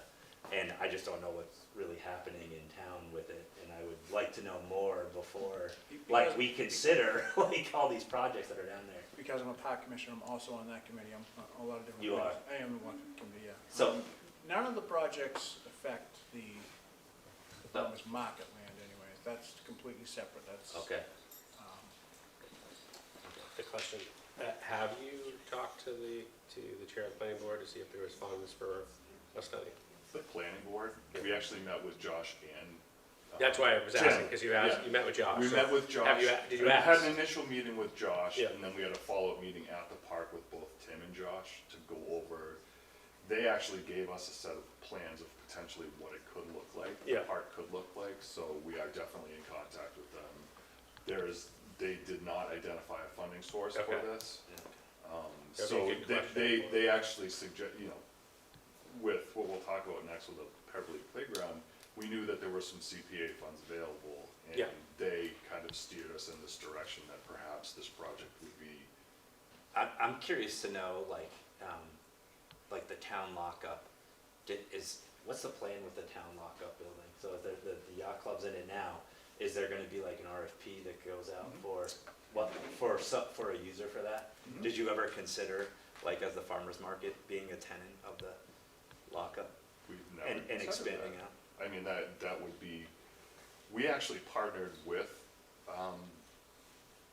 the, yacht club to use some storage space on their facility, and we actually used their restroom the days that the markets are open, so, again, I think the use of town landing and the lockup facility is kind of out of the market's purview, but it's definitely something that the town is considering, you know, who's gonna be the tenant, who's gonna use that space.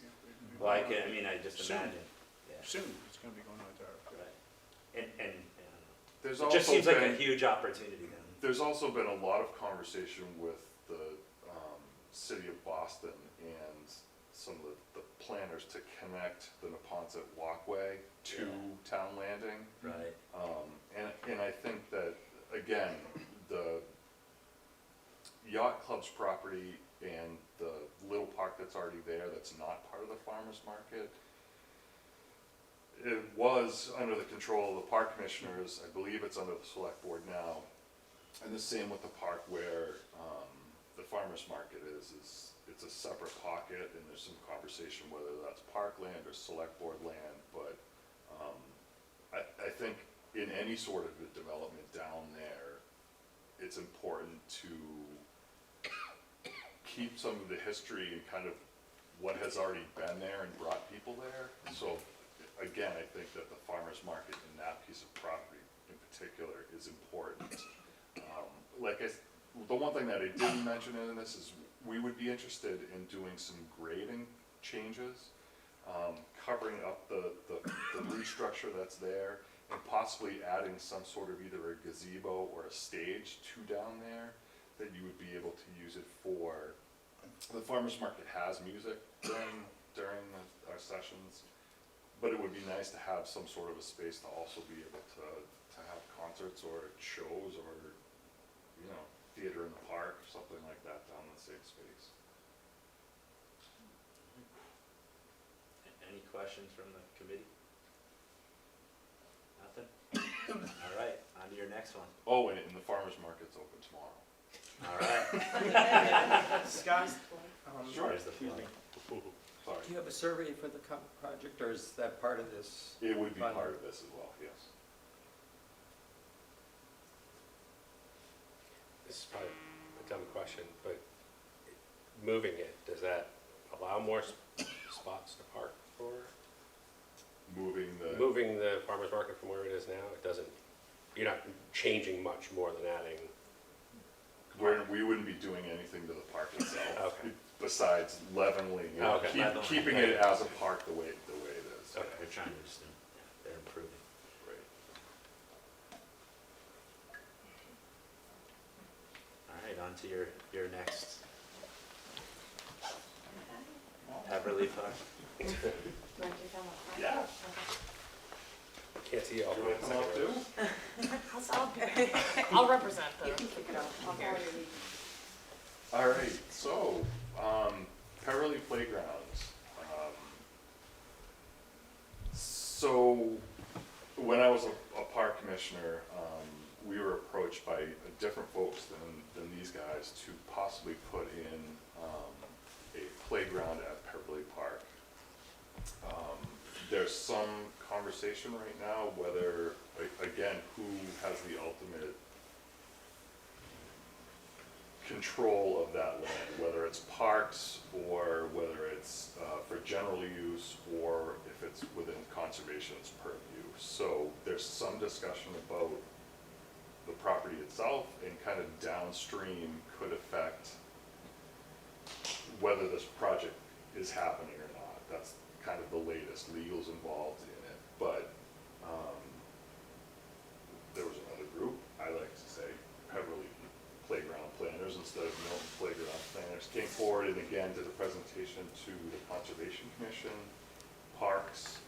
They asked us to get involved.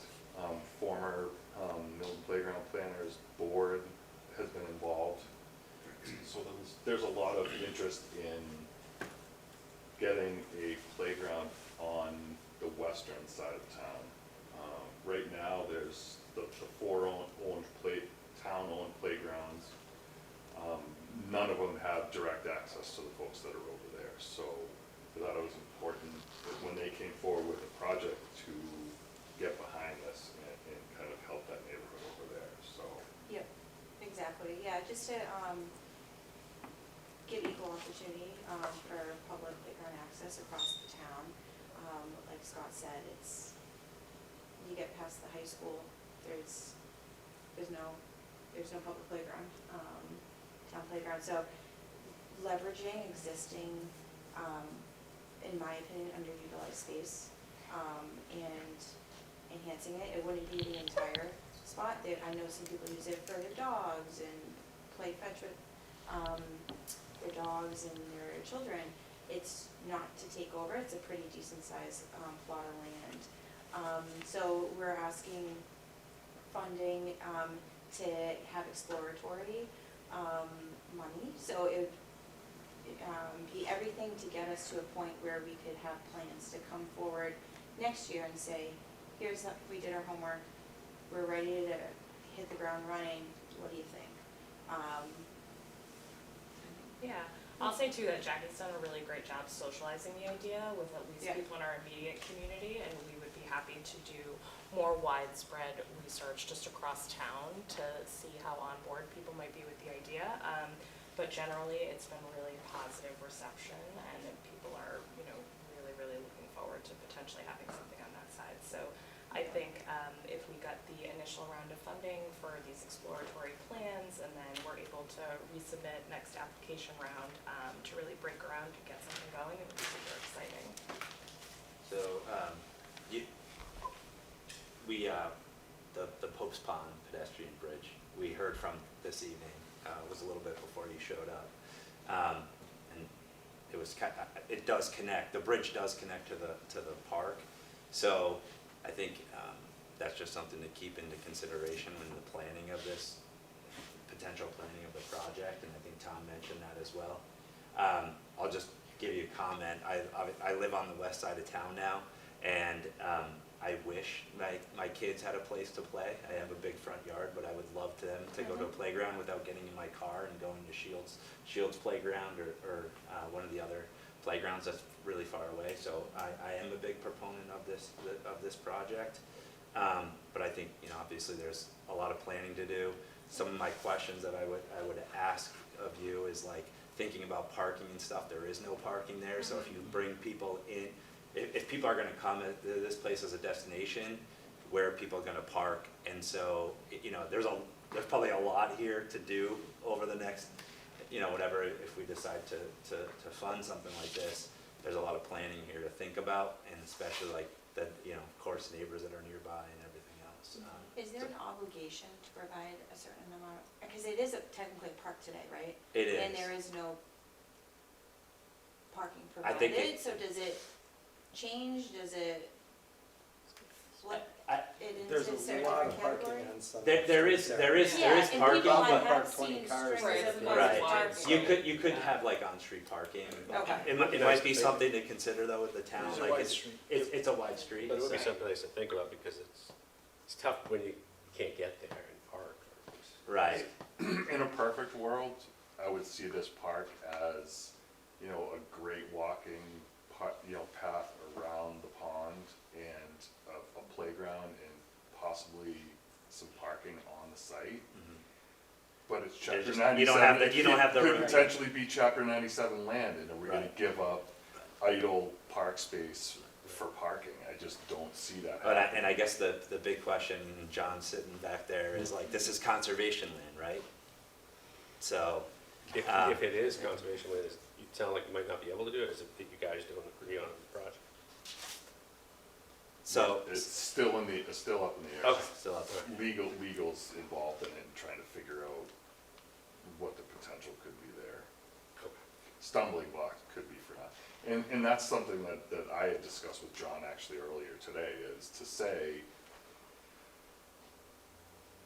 potentially this project, the decision or the determination of what type of land this is could stretch beyond the funding cycle starting next year.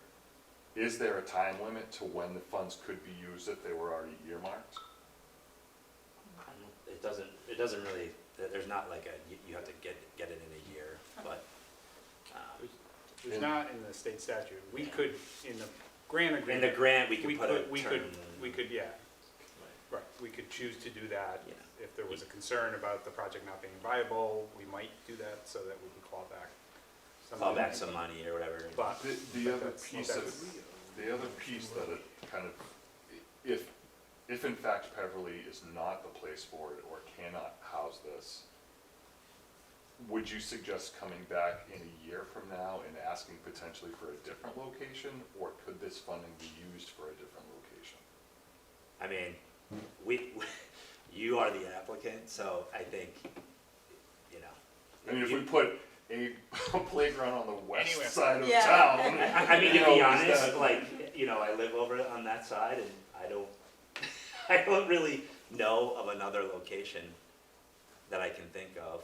Well, you know what, there's Flatley Field. Flatley's the only. So Flatley's pop, like, you've got soccer down there, and could you potentially put, you know, a playground somewhere around there? I know, you know, it's not all town land, and so that's some of the issue too. Rob, isn't this all kind of premature? I mean, It if is. we don't have budgets of any type at all, we can't do anything. Right. So if you don't even know where you're gonna locate it yet, you know, if that's, you know, becomes a real issue. I think you're a little ahead of the game here, as far, I think we need considerable more information, you know, let alone can you put it there, you know? Even beyond that, we're gonna need significant more information before we can do anything. Is that not true? Are you talking about- It sounds like you're just looking for funding on. Well, he's not, yeah, I think that they're coming to our committee looking for money to plan. Right. To plan for Planning, funding. okay. So Yeah. it's not for the playground itself. No, it's not for physical structure. Okay, all right. Yeah, Pete.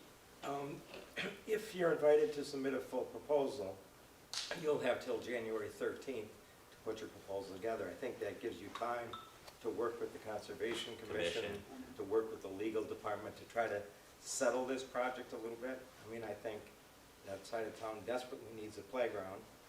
I think that's a very appropriate location. The issue is more legal and coordination. If indeed you find that it can be done there, I would suggest you talk to the Concom about doing like a joint application or something together, you know, signifying their support for your work on land that's under their jurisdiction. It would But- go a long way. But there's plenty, you know, January gives you time to settle some of these. It doesn't give you a lot of issues. time though. Not a lot of time, but I think people know pretty much what's out there. So, and kind of to your point, I do want to just mention that the folks that are involved in this project, these folks may not particularly have experience with playgrounds, but that there are people in the background who have already built 4 playgrounds in town. We know who the contractors are, we know what the costs are gonna be. It's just a matter of, can we nail down this location? Can we get past that block? And I think if that's the case, then we're gonna be shovel ready come. Yeah, And they're kind that's- of waiting in the wings That's for the us to exciting give thing, I them the think, for me go. of this project, for a study, is obviously those groups have already proved they can raise money Yeah. to Yeah. build Right. good Yeah, playgrounds, they're so that's, well-oiled not bad. machine, and Yes. I mean, he has it in, but Yeah. he knows, we've already gotten them on board, and they're saying, okay, let us know when you need us to come in and get the process rolling again, so. That idea to me of the footbridge coming down next to Getting the to it. park, Mhm. you know, if these projects are approved and if they happen, that changes that. It's entire- Yeah, it's that- a- that- That could be It's such a transformative. It pretty can be great. nice Yeah. little footbridge. You have older Yeah. kids, right? You take them for a walk around. Or I think it will be important though on that site to keep some open space and whatever else Oh, there. 100%. So, you know, but it could be a really great project. Is it Jackie? Yes. Do you live in that neighborhood or? Yeah, no? I actually grew up on Church Street on the east side where I was rolling in playgrounds, and then now Yeah, I'm right. living on the west side where it's very eye-opening. Yeah. It is. And I just think it's something that can be really powerful. I grew up on Church Street, I will say Oh. that more people now, it seems like, use the park than ever before. Yeah. And I hear people say that. Yeah. I was just in the park with my son, my niece, the other day, and I heard somebody saying, I can't believe how many people are here. It's packed, Yeah. all the Yeah. time, so it's It- nice. For me, it was really attractive to have folks who live in the neighborhood come forward and say, this is something that we want in our neighborhood. That doesn't happen enough in Milton. Right. That people are like, not in my neighborhood, but for folks that come forward and say, this is something that we want for our. So have you, I'm just curious, like the nearby neighbors to the park, Yeah, do you people have? are like what's up, what's going on? Well, They do you- heard do- more. but have- And do we're you- like, okay, hold on. Do you have their support, or do you, like? Yes, yeah. Yes. Yeah, I think we've had a lot of informal conversations with Yes. people, and if there was Yeah. some type of like formal mechanism in order to sort of demonstrate the conversations we've had, we'd be more than willing to supply that information, but Yeah. there's a lot So of I think- enthusiasm. It's been word of mouth so far. Yeah. So you guys also missed like my opening remarks, that went over the funding application and the kind of the next steps. The fifth step in that application, which will be huge for a lot of these applicants, is community support and letters of support, and then support from other boards and committees in town. So obviously the Concom is a huge one for this committee to take into account. So I think. Or follow the lead of the pickleball players and just, Yeah. they had, I guess you came in Yeah, later, yeah, but yeah. they had about 20 They- people. yeah. I mean, we saw them all get up. It's a good way to show Yeah. support. Right, yeah, that's a good way to show support. As a So former- in terms of what we could show for support, some type of like a petition that we have everybody sign, or actual letters that people are writing, any of the above? Any like of the above. Okay. All the above. I think it'll be really important to get on like the Concom soon. If there's a, whatever their Concom, meeting is next, I would suggest meeting with them. And I know you're in conversations or whatever, but I think that'll be super important to talk, especially with the other project. I think it would be helpful. Cool. I'm excited for your project. Yeah, I take for granted I we hope have it right next to me, so I hope you get it. Thank you for your application. Thank you, guys. Scott. All right, Sean. Hi. Okay.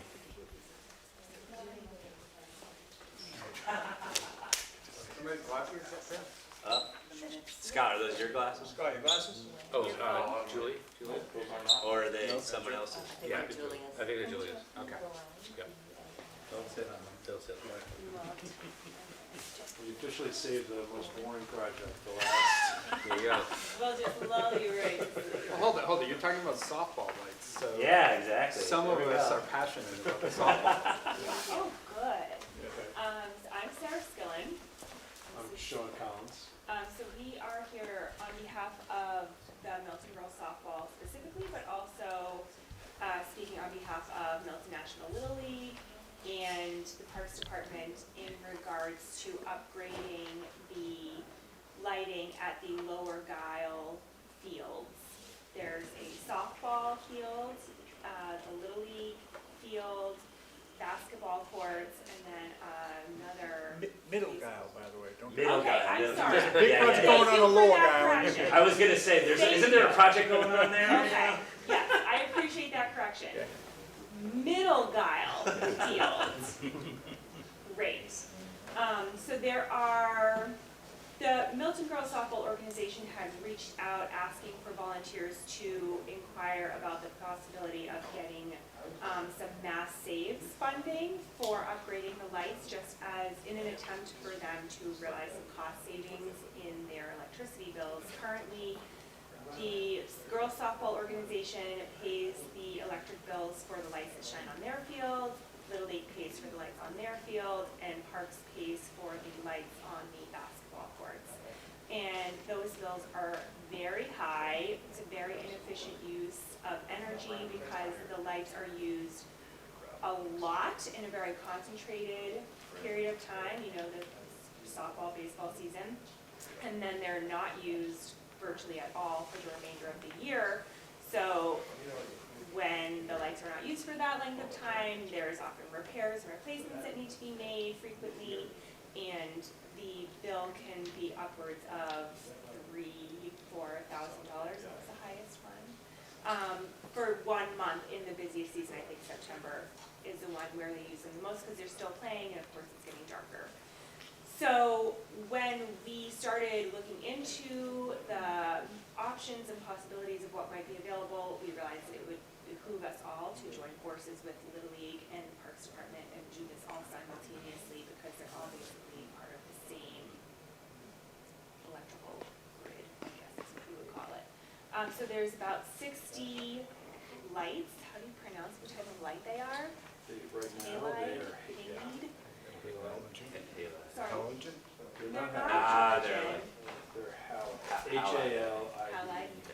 Oh my gosh, yeah, those are really expensive to run. yeah, Yes. they're like mercury. Yeah. Oh, they're also bad for the Yes. So I used to, environment. this is near to my heart because I've been working I used to work at the utility, Oh, okay. and I work on the Max Science program probably for the last 15 years, so, keep going, I don't want to interrupt, but I'm interested in Okay. the project, because, and one of my questions is gonna be, have you already got how much you're gonna get back, and Yeah, like Payback. do you know what the payback is in terms of? No, math is our biggest question mark right now. It's very hard. It has proven so far to be very hard to get information from them. Oh. So that is a big question mark. We do not know how much funding we could get from Is them it- and in what isn't there- format. shouldn't that's there something be I a can help huge- you with. That would be Yeah. great. Shouldn't there be a huge, yeah. It has been confirmed that this project would be eligible for that program. Yep, it but would. we How don't much of a know percent? For how much. Oh, they pay a lot for these, yeah. Okay. Well, so there's not there's not as much savings as you would think, because they only run the lights during the games, which isn't a portion of the night. Right, And so it's not like they run them 24 hours a day. correct. There is savings, but not a ton of savings I think it was estimated that it would be 33% savings. during the hours of use, I would imagine. Okay, Or 33% of your actual bill. yes, Oh, correct. Yeah, it could be, those are really old ones, I mean, they're not even valid. I think the idea is also reduces the maintenance budget. because Oh, gosh, yeah, My yeah. understanding is that when you're pulling that much power, more stuff can go wrong. There's Well, It's and the complicated. There's so many things, there's look better, there's less spillover into the neighbors, lots Well, of. to replace them, right, don't you have to get a crane and You go get a up, crane or to whatever, go you up, know, yeah. get a platform to go up and get them. And once, Yeah. when there are surges, the multiple will burn out, so I'm told that you need to then bring the crane in, that you're renting at some crazy price per hour to get up there and change these bulbs, whereas the idea is that the LED bulbs, they just aren't gonna be burning out at that rate. Yeah, well, so it's funny, I'm sorry to occupy time, it's just I had the same question today from a manufacturer asking if the utilities run this specific program for ball fields in Massachusetts, because they want to see if they can get funding too. So I have a question in to Eversource and National Grid myself, so, Okay. yeah, it's interesting. Yeah, so we have, I'm sorry, go ahead. I was just gonna ask, is all the lighting improvements on existing poles? Are you talking about any new poles or anything? No, we're not So it's adding gonna any reduce new- the impact on neighbors? Yes. That's the issue Yes. down in It's basically replacing Lower those. Downs. It's replacing the existing metal halide with LED. Well, on the probably existing all poles. rewiring. I think Oh, that yeah, the there's the poles wire. do have to be swapped out as well, just because what's there currently does not support what would be newly installed.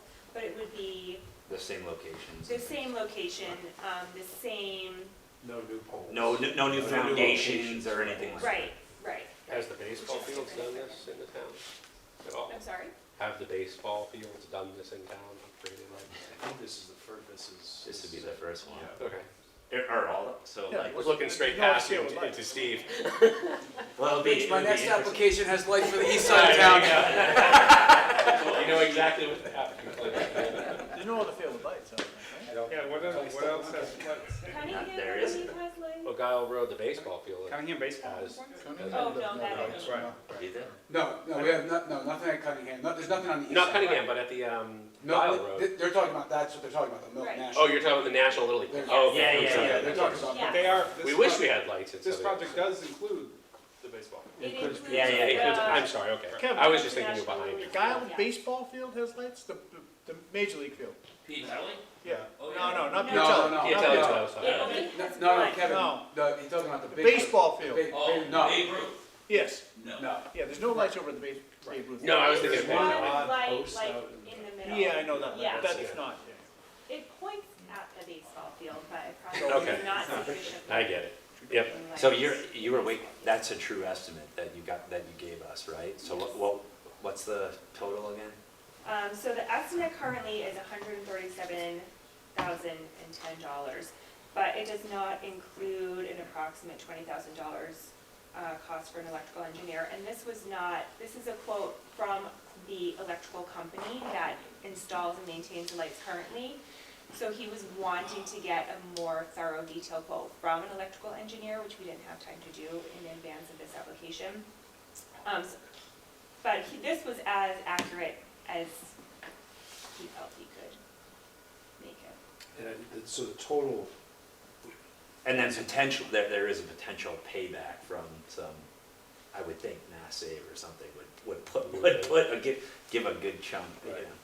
And chunk Milton into- Girls Softball and Milton National Little League have said that they will contribute a portion to this project, as well as the Milton Parks Department.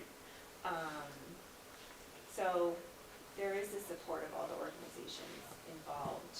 Financially or, Yes. okay. Financially, emotionally, well, Do you know how many kids are involved in those 2, 3, 4 groups? no, but that's a good question. I would say 1,000 between both Yeah, of it's them, probably at least. A lot. It also that are covers the going basketball courts. Yeah, basketball, Little League, so- Fall men's softball. Right. So by the time, if you're invited to submit a full proposal, Yeah. by the time January comes along, you'll be able to tie down some of these numbers more. I think so, yes. Maybe identify some matching funds or something, you know, try to get the whole thing together. Yes. I think it would be important, yeah, you don't have a lot of time, like 2 months, to try to get the, you know, matching funds or whatever, would be important, as well as the, Yeah, if you knowing that Mass. my email's on the planning board's website, Rich Okay. Taylor, and if you email me through there, I'll set you up with the person that I That can would run be fantastic. this program. Yes, that'd be great, yes. And I just noticed on the first slide, I think it said, it might have said 177, I just wanted to clarify, it is 157, that's what we're. Like, That's- well, I that's the put total. I put 20 for your I electric. know, I know, but I think it's I 130 resubmitted, yeah, plus 20. I know, I sent it in So it's twice, so I already 157? added it in. Okay. So it's 157 I'll total, update it. there's gonna be contributions, so it won't actually be 157. And I had 177? Mhm. Yeah, okay. Um, Julia, could you update the tracker? And I think that the turnaround for completion of the project will be relatively quick once we have the funding in place, because the electrical company is, you know, ready to go give it the word. And I think it's just, he has on here an 8-day rental for the boom. So it seems like within a week or two, The fixtures themselves though, have you said how long they take? to acquire, the ones that Supply. he Supplies The tough. ones that Yeah, he yeah. quoted are made in America, and I think readily available, or, you know, easily ordered. Okay, yeah, they're usually like 8 to 10 If you weeks. need to replace poles, 12 lead weeks time on maybe. those can be longer, but, you know. Yes. Yeah, Certainly. But between the time of funding Yeah, being I mean- announced Yeah. and, you know, Yeah, just so, yeah, I think you were here early on when I showed you like the time I've schedule, been so. here. So, all yeah, that. so it's really July. It Yes. really is until July 2023 that we'll Right. even be able to, And I would imagine they Financially. wouldn't wanna do this project until the completion of the season, so it wouldn't be until that fall. Till that fall. But they would wanna do it anyway, so there would be time to order. I don't know, who knows what next year, how long things will take, but the work itself wouldn't take that long. It's probably an obvious comment or question, or just, I would just say, as a former softball parent, the proposal appropriately focuses on the green aspect and the energy efficiency. I would just make sure your consultants are working with, making sure the performance aspect, right, the field is lit properly for, you know, it is the high Yes. school varsity field, and, you know, There So was a Little League conversation does, about yeah. foot Out- candles. yeah, right, exactly, Whatever it is. exactly. I'm not an expert in Right. that, but just outfield darkness and, you know, Yes. as players get older and hit the ball further, you know, that's all a thing, and Mhm. I'm sure you're capable of, you know. but I think But it would, there's minimum standards for Little League, and Yeah. so Milton National is gonna have to go off those minimal standards. Yeah. Minimum standards, my understanding is, I don't think Milton softball has the same minimum standards, but we'll certainly make sure that. Well, I would just point out, though, Standards. it is the varsity field, and they Right. do play night games. are you talking about lighting standards? Lighting standards. Uh-oh, To sure, get a it's gonna rebate, be you're gonna have way- to meet them, Right. so you wouldn't get their money anyway if you didn't. What's that? You wouldn't get a rebate if you didn't meet the standards. But the playing. There's like, there's Oh, like leagues. oh, I'm I talking, I get I'm it. talking- I'm sure, I'm yeah. I'm talking about competitive. Oh, okay, all There's right. league, they're called, what was it, foot Foot can? candles. Certain Foot Yeah, candles exactly. Yes. for it. Yeah. The So I'm not men the are expert in that, I on the just, ground. you know. Mhm. making sure Yes. what goes in there is the same like quality as what's. Right, we don't wanna roll it out and then no one can catch And then you fly can't balls. see. Right. As Yeah. the real story is. Disappear into the darkness. both of my daughters were Milton High pitchers, and I wanted the outfielders to be able to catch a fly ball, you know? He wants those lights a little bit higher. But I think it will, what's good is to have like baseball, softball, Parks and Rec, get all those letters of support, because at least you're affecting, whatever you said, 1,000 people or whatever. Touches With this a lot of project, people, this you touch a lot of people with this project, and it's good for the environment and everything, so. And I know in the youth league, playing under the lights is a big, Oh, it's a big so, deal. You yes. know, I have neighbors on my street that, it's so exciting when they get to play under the lights. High school too? And high school too, yeah, no, night games are a big, It was a big thing. family members can come that can't come during the 3:45 games, and it's an absolute, benefit to them. And it would save these organizations so much money Yes. that they could really use to put towards other improvements and Are projects. these organizations paying for the power? Yes. Yes. Even like the men's softball league that, Oh my you wanna go watch me tomorrow night at 8 o'clock, 8 PM. We pay the electric bill, it's all on a meter, and Kevin sends out the bills to these different organizations. He sends them all out of bill. Yep. have to punch a clock when you go on the field? So I think it would be, When you hit it, when you put the light on, you're on the meter. You get it off, you're off, yep. but I think it would be helpful though, knowing like, this is a big chunk of, big chunk of CPA money too, is like, how much are these groups saving, and if they can contribute to it, that would be a huge, Yes, a huge yes. thing for Yeah, our committee. we're definitely, the groups are definitely committed, everyone's committed to contributing. That's- Financially. Yes. Financially committed to Right. contributing Right. financial dollars. And we're it's a bit, we're gonna make sure we look, really drill down on the numbers, but I'm thinking it's about $6,000 to $8,000 a year in electricity savings, in terms of dollars across all the properties, basketball, baseball, and softball. That's great. Great, Thank you. thanks for your application. Sure. Thank you. Okay, thank you. Alright. That's it. Not bad. See, Not bad. ran a tight ship. 8:30. 8:30, it's before Hey. 8:30. Right. Yankees are up 1-0. Are they? We have to do like a motion to Yeah. adjourn and all that? Yeah, I guess so. So Motion. move we be adjourned unless there's Yeah. other business. Alright, all those in favor? Aye. Alright. Yes. I did. So next meeting will be in 2 weeks, and it will be at the